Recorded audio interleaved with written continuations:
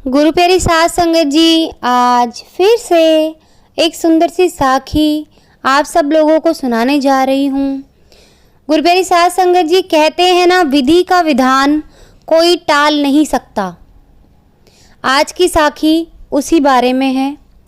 तो आओ गुरु प्यारी साध संगत जी सुनते हैं ये सुंदर सी साखी।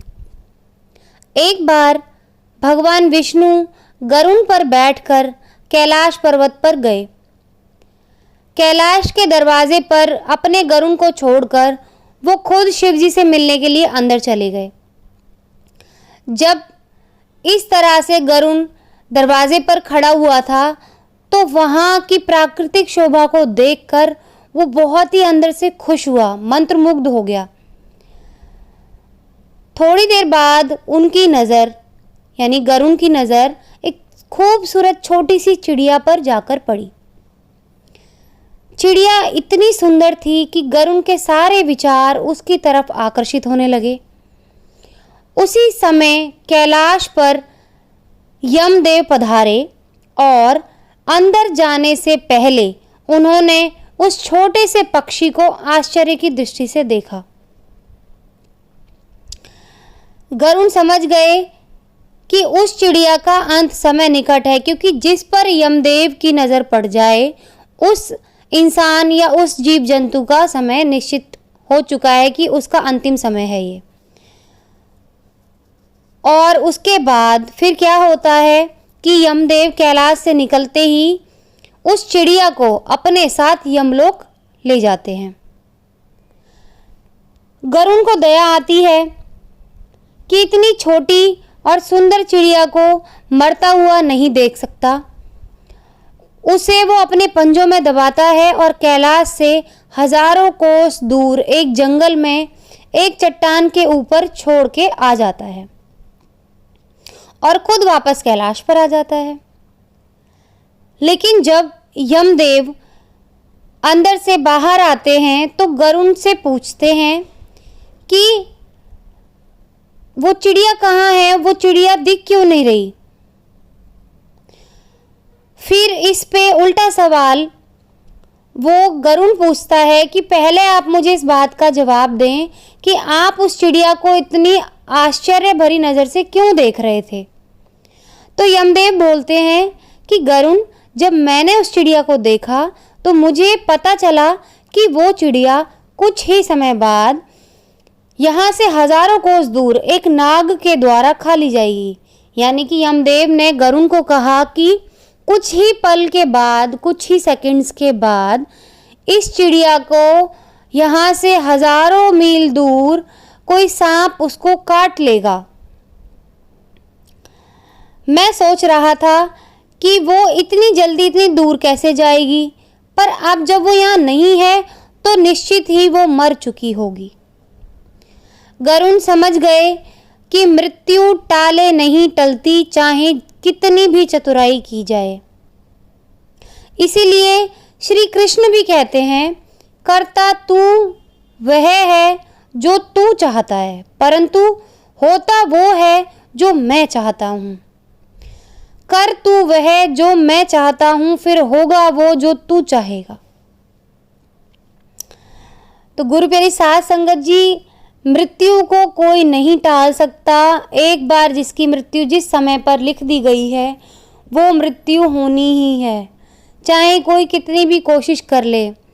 आजकल कई लोग ऐसा सोचते हैं किसी के साथ बुरा करके कि हम तो अपने आप को फिजिकली और फाइनेंशियली फिट रखेंगे, यानी कि हम शारीरिक रूप से भी अपने आप को फिट रखेंगे, कोई बीमारी नहीं लगने देंगे और हम बहुत ही देखभाल करेंगे। हम फाइनेंशियली भी साउंड है, हमारे पास अच्छी संपत्ति है, अच्छा पैसा है, अच्छा शरीर भी होगा, तो क्यों नहीं हम लंबे समय तक जिएंगे।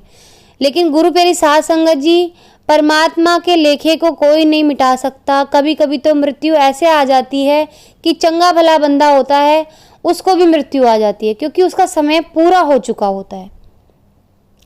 तो गुरु प्यारी साध संगत जी, मृत्यु को कभी नहीं टाला जा सकता।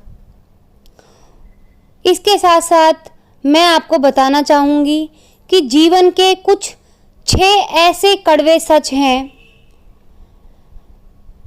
जिनसे जिंदगी बदल जाती है और उनको, उन सच को कोई नहीं बदल सकता और इनका हमारी ज़िंदगी पर बहुत असर पड़ता है। अगर हम इनको समझ लें, इन 6 सच को जान जाएं और इनको मान लें तो ज़िंदगी आसान हो जाती है। तो आओ गुरु प्यारी साध संगत जी सुनते हैं जीवन के ये 6 सच। पहला, कोई फर्क नहीं पड़ता कि आप कितने खूबसूरत हैं, क्योंकि लंगूर और गोरिल्ला भी अपनी ओर लोगों का ध्यान आकर्षित कर लेते हैं। दूसरा, कोई फर्क नहीं पड़ता कि आपका शरीर कितना विशाल और मजबूत है, क्योंकि शमशान तक आप अपने आप को नहीं ले जा सकते।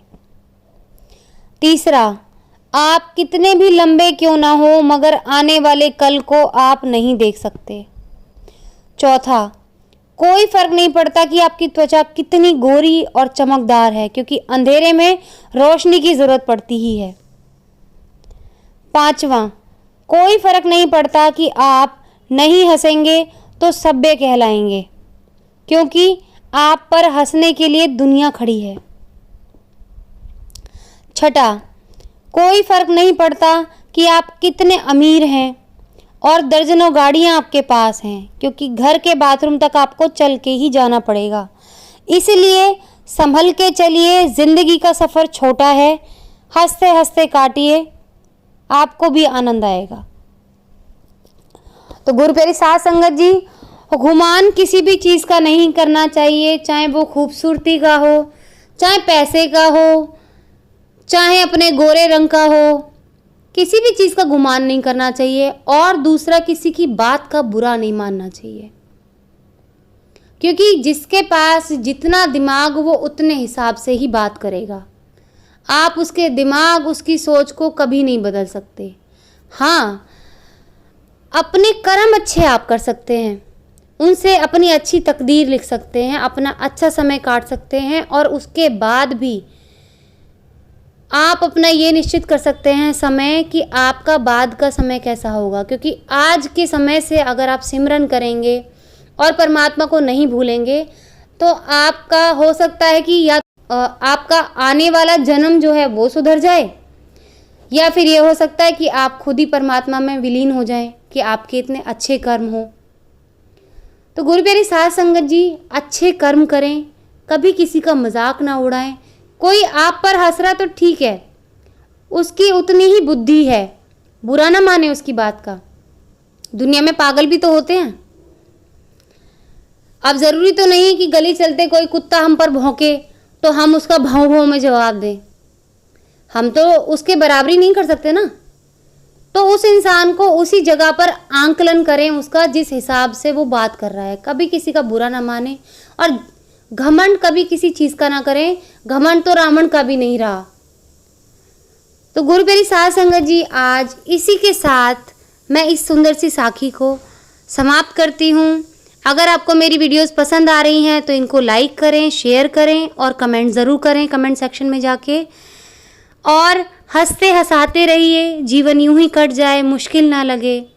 अगर आप हंसेंगे तो आपका खुद का जीवन तो अच्छा होगा ही होगा, साथ में आपके जितने भी लोग रह रहे हैं वो भी, उनका मुश्किल वक्त भी हंसते हंसते कट जाएगा। तो गुरु प्यारी साध संगत जी, हंसते हंसते समय काटें, सिमरन करते रहें, परमात्मा को ना भूलें। इसी के साथ आज आपसे विदा लेना चाहूँगी।